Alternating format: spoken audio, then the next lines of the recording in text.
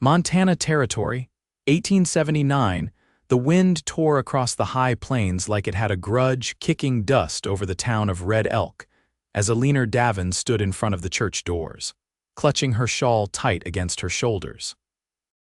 Her dress was clean, her boots worn but polished, and her voice steady as she said, "He promised to marry me, right here, in front of God." A few folks passing by slowed, others didn't bother. The preacher's wife, Mrs. Calloway, narrowed her eyes. "You need to stop this foolishness, Eleanor." "Everyone knows Wade Crenshaw never said anything like that." Eleanor didn't flinch. "He did. I would not lie about something like this." Mrs. Calloway folded her arms. "Then where is he?" Eleanor's throat tightened. "He left 2 weeks ago. Said he was going to get his brother's blessing down in Helena. He never came back." Mrs. Calloway shook her head and walked off, muttering under her breath they all thought she made it up, that she was just some desperate girl trying to trap a man, but she wasn't a girl. She was 24, a widow who had buried a husband 3 years ago and had spent every year since trying to survive. Wade had said the right things, touched her hand like he meant it, made her believe that maybe life had more to offer than just working other people's kitchens. But then he vanished and the town turned its back on her. She stepped down from the church stoop, her spine straight, even though her heart felt like it might break in two. She had told the truth, and no one believed her, except for Hannah. Her daughter ran up barefoot from the alley behind the mercantile, her yellow dress dusty and her brown curls wild. "Mama, I found a bird with a hurt wing. Come see." Eleanor smiled faintly and knelt to meet her. "We will help it, sweet girl. But no more running off like that, all right?" Hannah nodded, solemn as a judge. "Okay." They returned to the little room above the stable where they slept. It was drafty and smelled of hay, but it was theirs. Eleanor tucked Hannah into the bed of straw and old quilts, then sat by the oil lamp staring at the flame. She had no family left, no friends in town. And now folks looked at her like a liar, like she was nothing but trouble. The next morning she walked into the general store to buy flour with the last of her coin. She kept her eyes down, but voices still carried. "Poor thing's lost her mind," said old Mr. Jensen near the barrels of oats. "Should have known better," replied his wife. "Wade always had a smooth tongue." "That girl's not the first to fall for it." Eleanor paid and walked out, jaw tight. Across the street, someone leaned against a post outside the saloon, watching her. Tall, dust-covered from the trail with a wide-brimmed hat pulled low. His horse stood tethered nearby, a big gelding with a white blaze. She looked once, then kept walking. That afternoon, she found the wounded bird Hannah had talked about, a little sparrow with a bent wing, and helped her daughter make a nest for it in a wooden crate. They fed it crumbs and water, and Hannah named it Hope. Hope. That night, a knock came on the stable door just after sundown. Eleanor stood slowly, heart racing. She opened it a crack and saw the cowboy from earlier, his face worn from sun and wind, but his eyes clear. He was maybe 30, with a strong jaw and a calm voice. "Evening, ma'am," he said. "Name's August Boone." She didn't open the door any wider. "What do you want?" "I heard what folks been saying about you, about that promise." Her stomach twisted. "If you came to laugh, do it elsewhere." He shook his head. "I didn't." She studied him. "Then why are you here?" "Because I knew Wade Crenshaw, rode with him a time, and I know he said things he never meant, left more than one woman behind." Eleanor's throat burned. "So you think I was just another fool?" "No, ma'am, I think you were wronged." She blinked hard. "And what good does that do me now?" He looked past her into the stable where Hannah snored softly under the quilts. "I saw the girl with you earlier." "Yours?" "Yes, she deserves better than what this town's giving you." Eleanor stepped outside, closing the door behind her. The air was sharp with cold. "You came all the way over here just to say that?" she asked. "No," August said. "I came to offer something better." She narrowed her eyes. "Why?" He looked straight at her. "Because I believe you, and because no woman should be called a liar for trusting the wrong man." She crossed her arms. "I do not need charity. This isn't charity."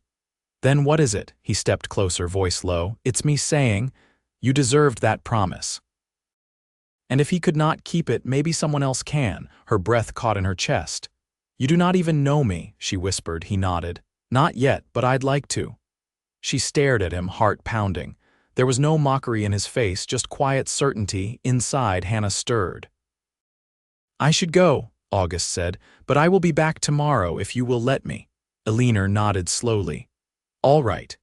He tipped his hat and walked off into the night, his boots quiet on the packed earth. She stood there long after he was gone, hands trembling. No one had believed her until now. And for the first time in weeks, she let herself hope.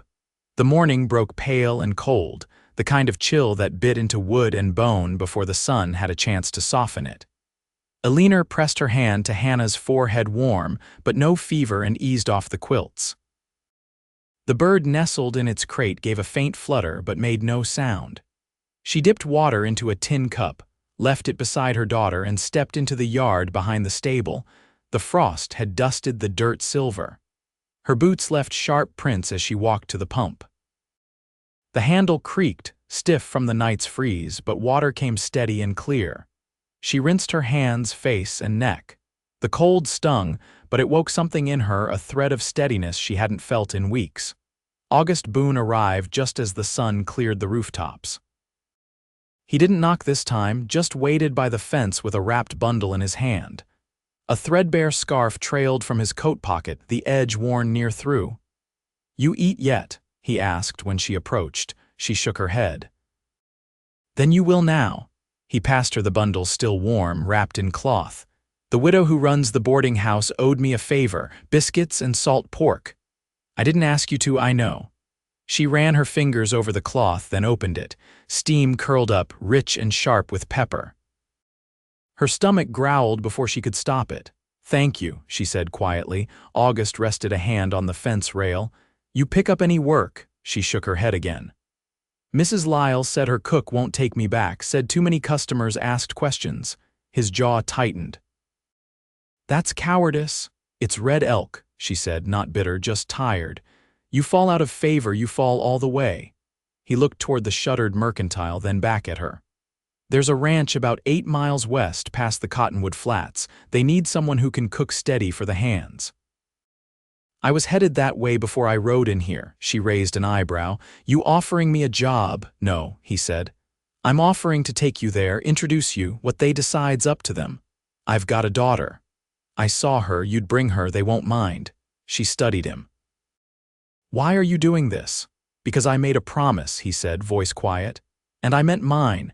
She looked down at the biscuits in her hand. Her fingers trembled slightly as she wrapped them back up.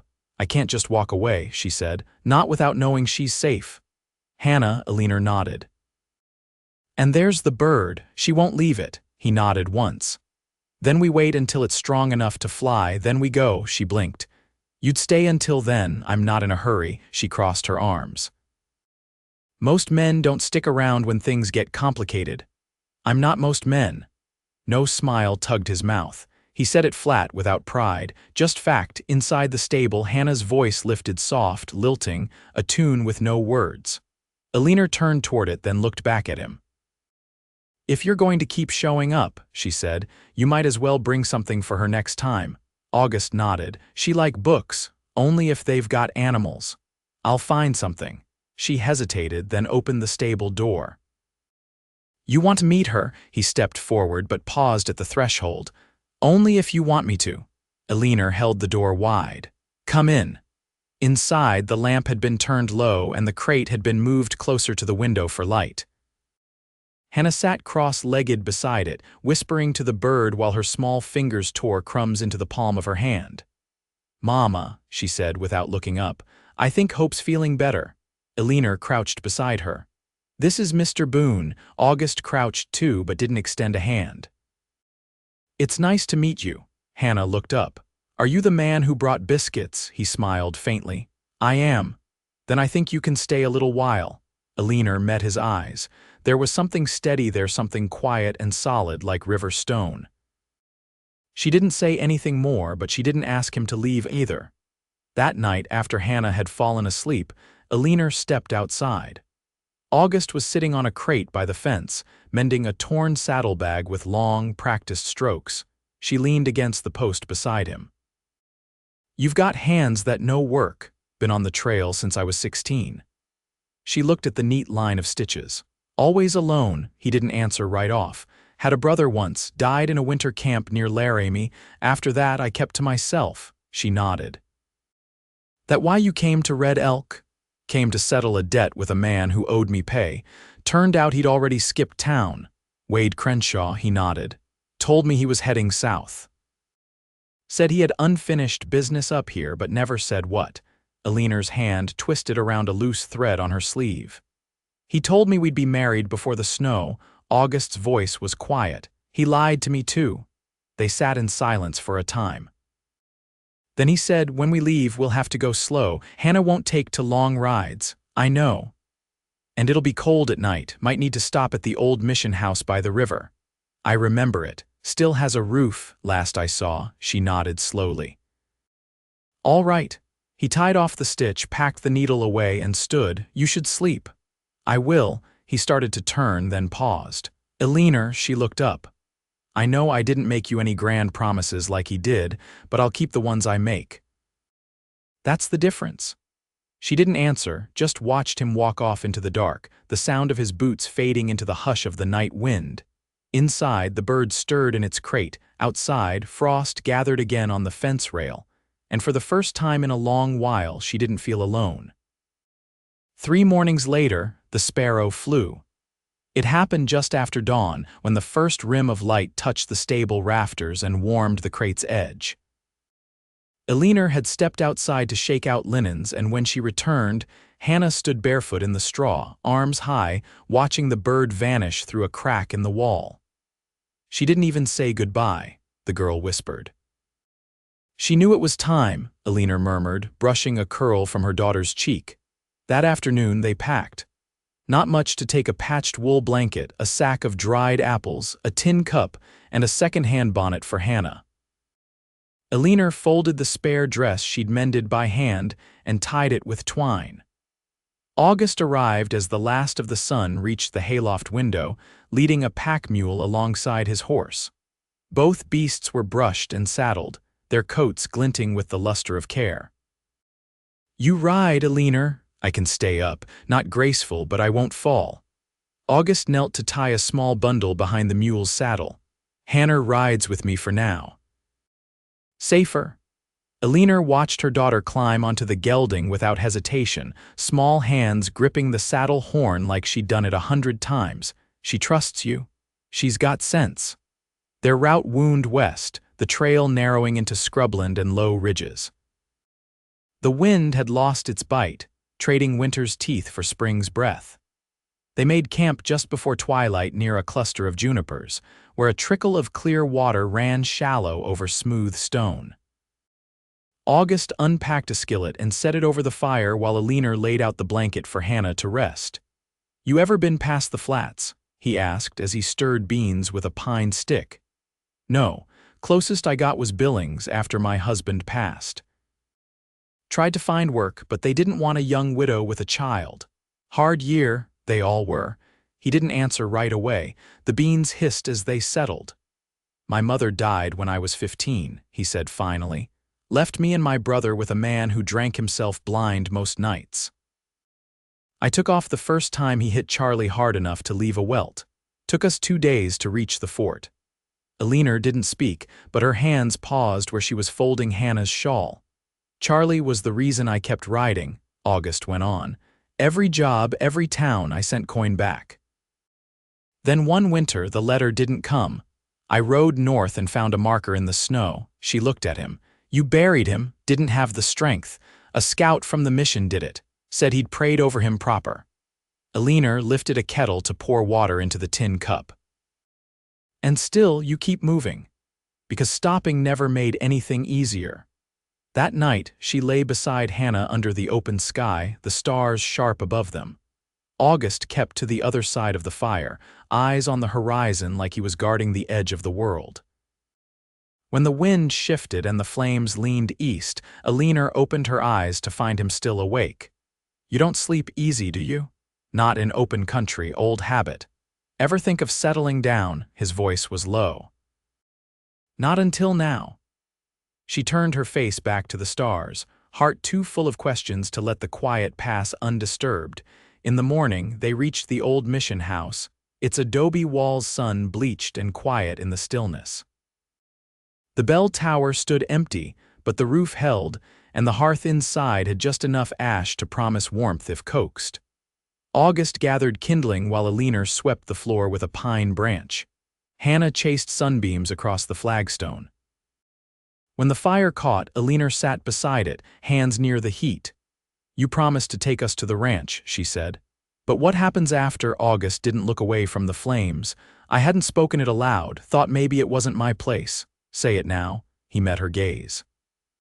"I don't want to leave it to someone else to give you what should have already been yours, not just safety, not just shelter." Her breath caught, but she forced her voice steady. "You don't know what you're taking on. I know enough. You don't need to keep proving your worth to people too small to see it." She folded her hands in her lap. "And what about you? I see you clear." The fire cracked between them. He stood then, walked over to where Hannah had fallen asleep curled near the pack saddle. He lifted the girl gently and set her by the hearth, careful not to wake her. Then he turned back. "I can't make promises like Wade did," he said, "but I can make one better." She rose slowly. "Then say it." "I promise you this: wherever I go, you won't be left behind, you and Hannah both. You'll be safe and you'll be wanted." She stepped closer, hands trembling as they reached for his. He took them in silence, strong and warm. "I believe you," she whispered, and for once, belief felt like something you could hold in your hands and not have it vanish. They left the mission house before first light, the air damp with river mist and the ground soft underfoot. Eleanor held Hannah close in front of her on the mule, her arms wrapped firm around her daughter's middle. August rode ahead, guiding them along the narrow trail that cut through cottonwood and sage. The trees thinned by mid-morning, and the land opened into long, golden hills stitched with fence lines. By midday, they reached the ranch. It sat low on the rise, split-rail fences stretching wide around grazing land, with a bunkhouse, a barn, and a whitewashed main house farther back. Smoke rose steady from the chimney. There were horses in the corral and 3 men working a broken gate, their sleeves rolled and hats pulled low. August rode up slow, one hand raised in greeting. "Is Everett around?" he asked the tallest of the men. "He's in the barn," the man said, squinting at Eleanor. "Who's this?" "Someone who can cook better than all of us combined." Eleanor didn't speak. She waited until August dismounted and came to help her down. Her legs ached from the ride, but she kept her spine straight as she stepped down and lifted Hannah into her arms. Inside the barn, a man in his 50s stood beside a dark mare, brushing her flank. He had a limp in his left leg and a deep scar running from his ear to his collar, but his eyes were kind. August spoke first. "Everett, this is Eleanor Daven. She's looking for honest work." Everett looked her over, then nodded once. "You have a cook's hands. I kept a kitchen running through 2 winters and a drought," she said. "If you've got wood, I'll prove it." He smiled faintly. "Stove's in the bunkhouse, fire it up." She followed him across the yard, Hannah on her hip. The bunkhouse smelled of leather and dust, but the stove was clean. She set Hannah near the door with a scrap of cloth and a small tin doll August had carved on the trail, then rolled up her sleeves and set to work. She found flour in a bin, salt in a crock, and a jar of lard thick with dust. She washed her hands, stirred a batter, and cut biscuits clean with a tin cup. She stoked the fire until the stove glowed and put the pan inside. The men came in one by one when the smell reached them. By the time Everett returned, the table was set with warm biscuits and a pot of wild mint tea she'd brewed from a bundle she found hanging by the window. He took one bite, then nodded. "You can stay." August leaned in the doorway, arms crossed. Eleanor wiped her hands. "I don't work for free." "You'll have a roof and coin on Saturdays," Everett said. "And the girl, she's mine. She stays with me." Everett nodded. "We've got room in the storehouse loft. It stays warm enough and it's dry." She looked to August. He didn't say a word, just tipped his head slightly, as if to say the rest was hers to decide. That night, Hannah slept curled beneath a quilt in the loft, the lantern turned low. Eleanor sat on a crate near the open window, the night breeze lifting strands of her hair. August sat across from her, elbows resting on his knees. "I didn't think they'd take me," she said. "You didn't give them reason not to." She looked at him, the lines of his face softened in the lantern glow. "You ever think about staying somewhere for good, sometimes? What would it take?" He looked out the window. "A reason that didn't disappear when the wind changed." Her voice dropped. "And have you found one?" He turned back to her. "I think I have." She didn't speak for a long moment. Then, with quiet care, she reached across the space between them and set her hand over his. He didn't move, just turned his palm to meet hers, their fingers folding together like it had been that way all along. Eleanor's voice was low. "I don't want promises made in fear of loneliness. I don't make promises out of fear," he said. "I make them when I know I can keep them." She leaned her head against his shoulder, her breath steady. Outside, the wind moved through the grass like a hush, and the stars hung low over the wide, dark land. For the first time in her life, she didn't feel like she had to look over her shoulder to keep what was hers. She had been promised once before, and it had broken her. But this time, she had chosen the promise, and it was holding. By early May, the prairie had softened under green. The cottonwoods near the stream behind the bunkhouse unfurled new leaves, pale as moth wings, and the air smelled faintly of thawed earth and wet bark. The ranch settled into its rhythm, and Eleanor found her place within it, not just behind the stove, but in the quiet nods from the hands after supper, the way Everett no longer checked her biscuits before serving them, and the small stack of cloth scraps someone left by her door so she could mend Hannah's dresses. August spent most days out mending fence or checking the herd, but in the evenings, he lingered longer by the fire, quieter but never uneasy. He'd started carving again, scraps of pine shaped into animals with careful hands. One evening, he handed Hannah a tiny bear with smooth edges, and she tucked it into her apron like it was gold. The loft they shared had become a home of sorts. Eleanor had hung a curtain for privacy and lined the wall with folded quilts to soften the wind that crept through the boards.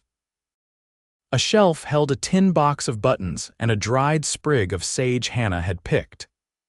At night, when the lantern was low, they could hear the owls in the trees and the soft creak of the barn beams settling into sleep. One evening, while the sun still hovered just above the western rim, August knocked gently at the loft ladder. Eleanor glanced from her stitching. "I was going to walk the north trail," he said. "There's a place where the land drops off and you can see all the way to the river bend. Thought you might want to come." She tucked her needle into the cloth and stood. "Let me ask Everett if someone can sit with Hannah." "Already did," he said. "He said she can help check eggs with his wife in the henhouse." Eleanor descended the ladder, brushing her hair back as she stepped into the light. She'd grown used to the shape of August beside her, his quiet presence, his steady gait, the way he gave space without pulling away. But today, something sat different in the air between them, not heavier, just more certain. The trail wound through open pasture speckled with purple wildflowers and the occasional rabbit darting for cover. When they reached the bluff, the sky had begun to streak with pink and gold. Below them, the land opened wide and slow, the river a ribbon of glinting silver in the distance. She folded her arms and breathed in deep. "I used to think the world was smaller," she said, "like it ended at the edge of town." "It doesn't," he said. "But sometimes it begins again in places you don't expect." She turned to him, brow furrowed. "You've seen so much more of it, don't you miss the trail?" "I thought I might," he said. "But it turns out I don't miss sleeping in the cold or guessing where my next meal's coming from." She gave a short laugh. "That's not exactly romantic." "No," he said, shifting to face her fully. "But what I do miss is waking up with someone beside me. Not just for warmth, but for the quiet knowing they're there." Her chest tightened. "I don't know how to be anything but careful anymore. You don't have to be careful with me." He stepped closer, not reaching for her, just waiting. She searched his face, the lines worn by sun and wind, the patient steadiness that had never once wavered since the day he stood outside the stable door. "I trusted the wrong man once," she said, "and I've been the wrong man before," he replied. "But not with you." Her fingers trembled as she reached for his hand. When he took it, his grip was firm but gentle, without urgency. She whispered, "I want a life that doesn't slip through my fingers." "Then let's make one," he said. "With our own hands." She stepped into the circle of his arms, resting her head against his chest. His heart beat steady beneath her ear. The last of the sun slipped below the hills, and the shadows grew long behind them, but she didn't feel the cold. They stayed until the stars began to rise. That Sunday, they stood before Everett and his wife beneath the cottonwood tree behind the barn. Eleanor wore her cleanest dress, her hair braided with a sprig of wild mint tucked behind her ear. Hannah clutched the carved bear, her face solemn with importance. August had shaved, and though his boots were dusty from the walk, his shirt was pressed and his eyes never left Eleanor's. Everett spoke the words simple and plain, just as Eleanor had asked.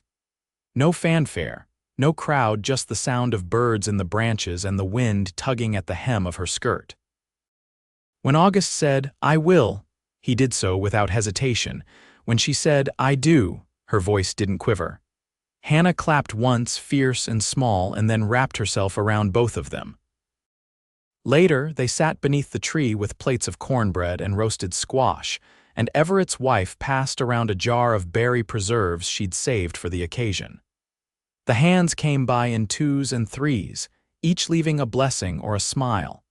No one mentioned what Eleanor had come from.